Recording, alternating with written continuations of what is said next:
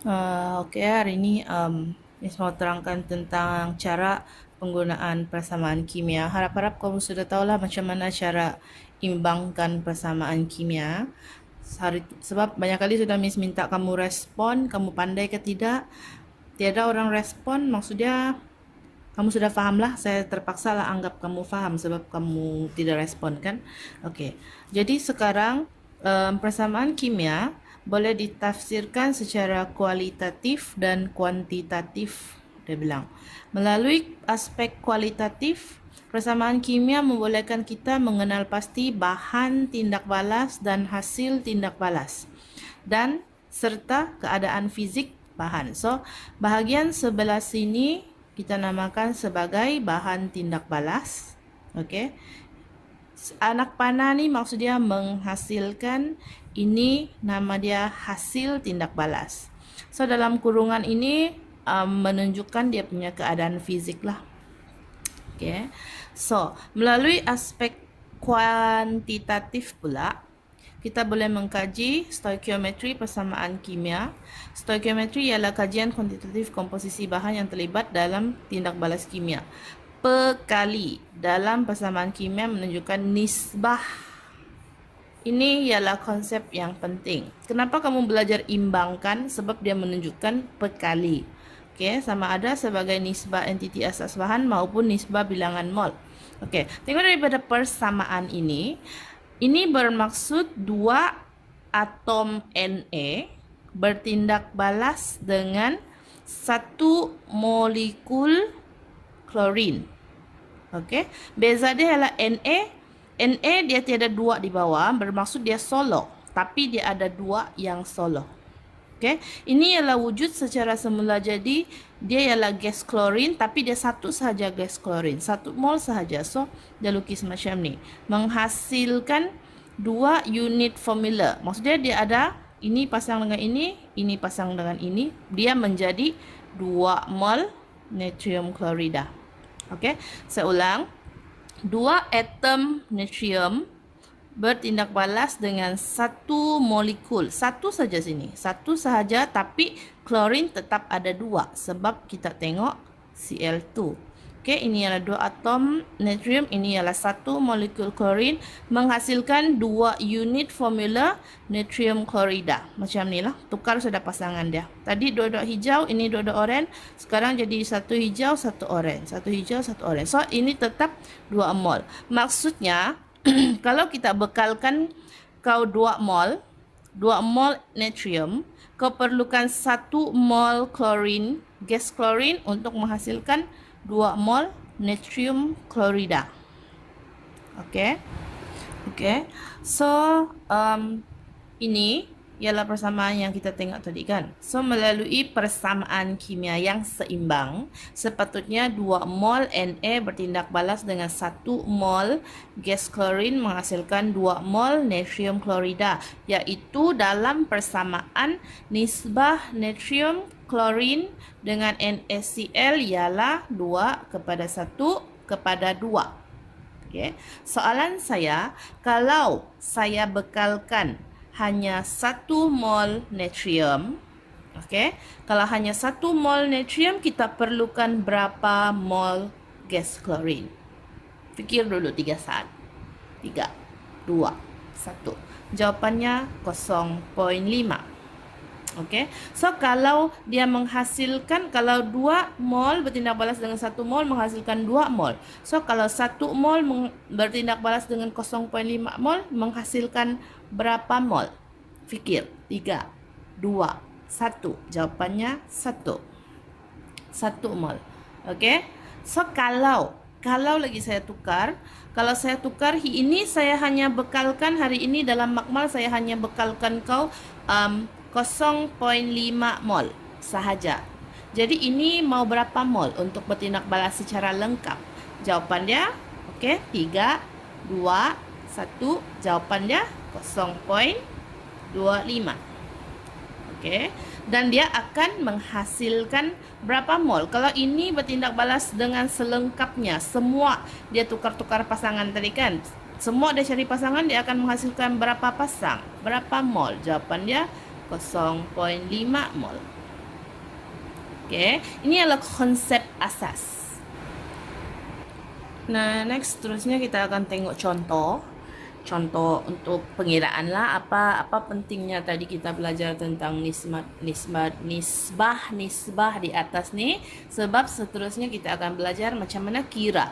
Macam mana mau tahu dalam makmal kalau ini kita guna berapa gram, kita akan hasilkan berapa gram. Okey? Alright. So, sekarang baca soalan, berapakah jisim aluminium oksida yang terhasil? Dia mau tanya jisim ini berapa? Okey. Jisim gram berapa? Jika 5.4 gram aluminium dibakar lengkap dalam udara.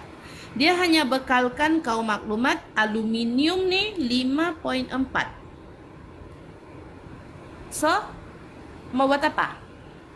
So, daripada maklumat yang diberi, kita tulis biasakan diri dalam persamaan ni, tulis maklumat apa yang ada, apa yang mau dicari. Tulis dia macam ni supaya kita nampak dengan jelas. Lagi satu, bila kamu baca soalan, di bawah ni dia bagi kamu jisim atom relatif. Maksudnya ini mesti ada guna.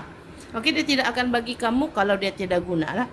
So, apa-apapun macam sebelum ni kamu belajar, yang cara kira berapa gram, berapa isi padu dia, apa-apapun cari dulu bilangan mol.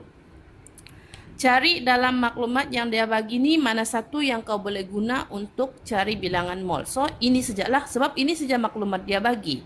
So, rujuk semula kepada kalau kamu sudah tidak ingat dalam yang ini, kamu punya kitab rumus.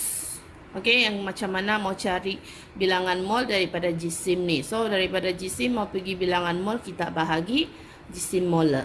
Okey. So, first step ialah cari dulu bilangan mol untuk aluminium. Okey, yang dia guna berapa. So, bilangan mol aluminium sama dengan jisim 5.4 bahagi dia punya JMR, jisim molar dia. So, jisim molar dia ialah 27. Kita tengok dia tiada Al2, tiada Al3, dia Al saja, bermaksud kita terus ambil 27. Okey. Bila kamu tekan calculator, kamu akan dapat 0.2 mol. Okey, daripada teori kita punya rumus, kita punya nisbah ialah 4, nisbah 3, nisbah 2. Okey, kalau sini kita dapat nisbah aluminium kepada aluminium oksida ialah 4/2 kan. So, kalau bilangan mol aluminium ialah 0.2 tadi. 0.2 mol. Sini berapa? Agak-agak dia. Okey. 4/2 ialah separuh. Bermaksud kalau ini 0.2, ini 0.1 lah. Betul? Separuh kan? So, kita tulis bilangan mol. Bilangan mol Al2O3 ialah 0.2 mol bahagi 2. Okey. Maksud dia 0.1 mol. Okey. Jadi, sudah dapat ini 0.1 mol.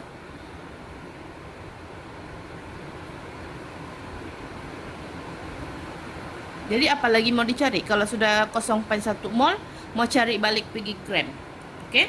Kalau tidak juga dapat, ingat, balik di rumus tadi. Okey, bilangan mol, mana sudah? Bilangan mol balik pergi jisim. So, bilangan mol balik pergi jisim, kita darab dengan jisim molar dia. Jadi, next ialah jisim sama dengan bilangan mol darab dengan jisim molar, iaitu 0.1 mol darab dengan di sini kamu berhati-hati ya, jisim molar apa? Jisim molar aluminium oksida. Jadi tidak boleh main sembarang saja. Jisim molar aluminium oksida apa? 2 ini boleh abaikan. 2 ini hanya untuk kita tentukan dia punya nisbah di sini. Okey. Dalam pengiraan jisim molar tidak perlu tengok dua. Kita hanya tengok dia punya formula kimia Al2O3. So Al ialah 27. 27 darab 2 tambah dengan oksigen 16 darab dengan 3. Okay? And then kamu tekan-tekan kalkulator, ikut saja ni, mesti type dia punya kurungan. Kamu akan dapat jawapan. Kejap, tengok buku dulu. Kamu akan dapat jawapan 10.2 gram. Okay, bermaksud kalau kamu guna sini 5.4 gram. Kalau kamu guna sini 5.4 gram aluminium, kamu bertindak balas dengan oksigen, dia akan menghasilkan 10.2 gram aluminium oksida. Kalau saya minta kamu cari oksigen punya jisim, boleh? Oksigen punya jisim. Kalau dalam soalan ni dia bukan mau kamu cari jisim aluminium oksida, kamu boleh juga cari jisim untuk oksigen yang diperlukan. Maksudnya kalau kamu guna 5.4 gram aluminium ni, kamu perlukan berapa gram gas oksigen. Okay? Cara dia tadi senang, bilangan bila kita tengok nisbah 4/2, kita tahu dia separuh. Tapi kalau ini 4/3, mungkin kamu keliru. So macam mana mau cari nisbah dia, bilangan mol untuk oksigen? Senang saja, bilangan mol oksigen. Okay? Ambil bilangan mol yang kamu dapat ni 0.2. Okay? 0.2 bahagi dulu dengan 4 darab dengan 3. 0.2 bahagi dengan nisbah dia sendiri darab dengan nisbah oksigen. Okay? So kamu akan dapat, alamak, sekejap kira dulu. Cuba kamu tekan kalkulator. 0.2 bahagi 4 darab dengan 3.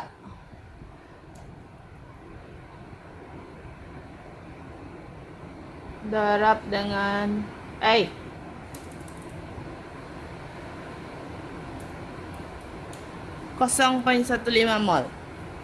Okay? 0.15 mol. So kalau mau daripada sini 0.15 mol, kita mau cari dia punya jisim. Jisim ini jisim Al2O3, ini jisim O2.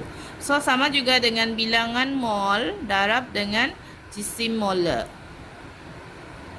Maksudnya kita dapat bilangan mol kita 0.15 darab dengan jisim molar dia O2 kan.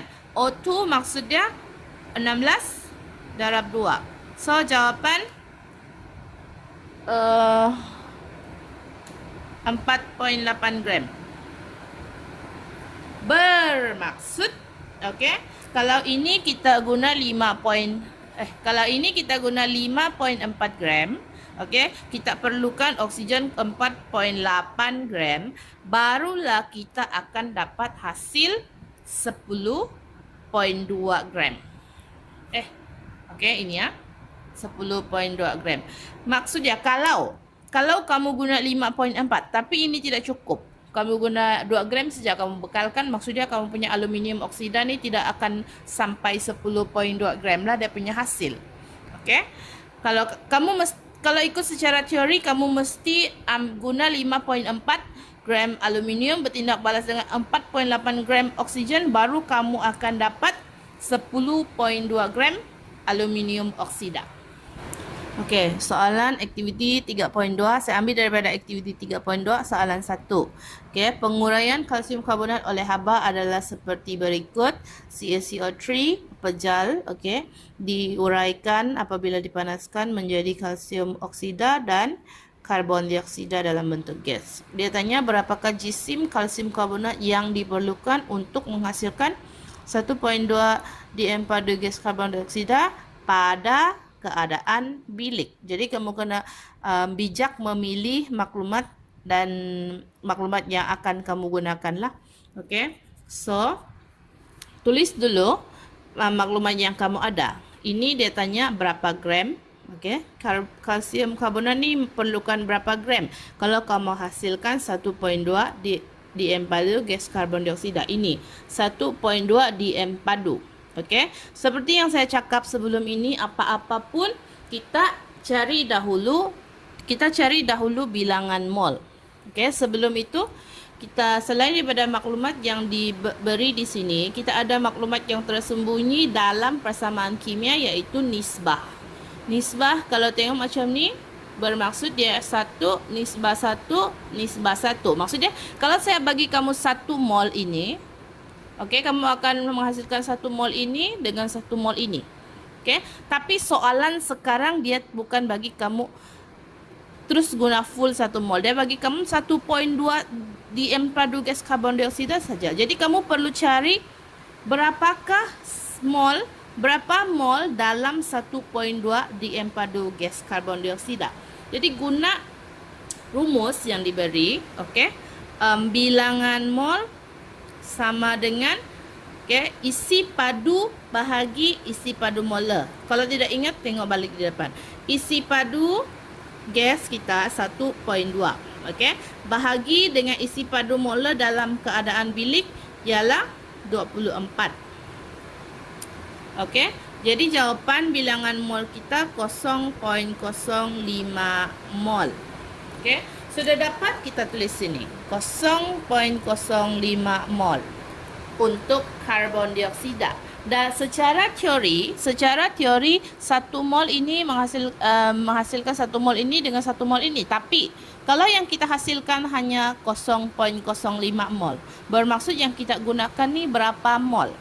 Okey, memandangkan nisbah dia 1:1:1, bermaksud kalsium oksida 0.05 mol, kalsium karbonat pun 0.05 mol. So, nampak sudah? Sini 0.05 mol, mau cari gram macam mana? Gunalah rumus. So, ini bilangan mol untuk CO2. Okey, jadi sekarang kita mau cari, okey, nyatakan dulu bilangan mol CaCO3 sama dengan bilangan mol CO2, iaitu 0.05 mol. Sebab sekarang kau mau cari dia punya jisim kan, kau kena nyatakanlah dia punya bilangan mol berapa. So, daripada bilangan mol ini, kita guna rumus untuk cari jisim dia. Bilangan mol, jisim, okey, jisim CaCO3 sama dengan bilangan mol darab dengan JMR. Okey, iaitu 0.05 mol darab dengan JMR CaCO3 ialah Ca berapa? Ca 40. Okey, tambah dengan C ini ialah 12, tambah dengan O 16 tapi darab 3. So, jawapan yang kamu akan dapat ialah 5 gram. Okey, maksudnya kamu bakar benda ni 5 gram, dia akan menghasilkan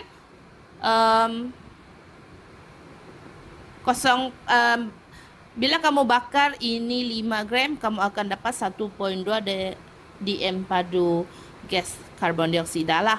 Kalau saya sekarang tambah soalan, berapa pepejal yang akan terhasil di sini? Ini dalam bentuk gas. Jadi kalau dalam bentuk gas kita ukur dia punya isi padu lah. Kalau ini dalam bentuk pepejal, macam mana kita mencari dia punya jisim?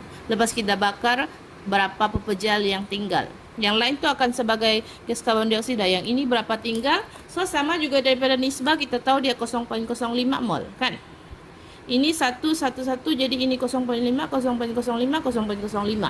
Jadi sama juga kalau saya mau minta kamu cari jisim, samalah bilangan mol CaO sama dengan bilangan mol CO2, iaitu 0.05 mol. So, kalau jisim CaO berapa? Sama bilangan mol darab JMR dia, iaitu 0.05 mol darab dengan Ca 40 tambah dengan 16. Okey, jawapan yang kamu akan dapat ialah 2.8 gram. bermaksud. Okey.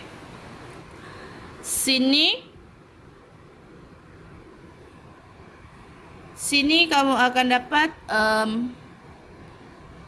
sini bila kamu guna 5 gram, okey, 5 gram, kamu akan menghasilkan 2.8 gram kalsium oksida. Dan kalau ini mau cari dia punya gram berapa? Okey, guna rumus, jawapan yang kamu akan dapat ialah 2.2 gram. Okey, so bila kamu tambah, dia jadi balik 5 gram lah.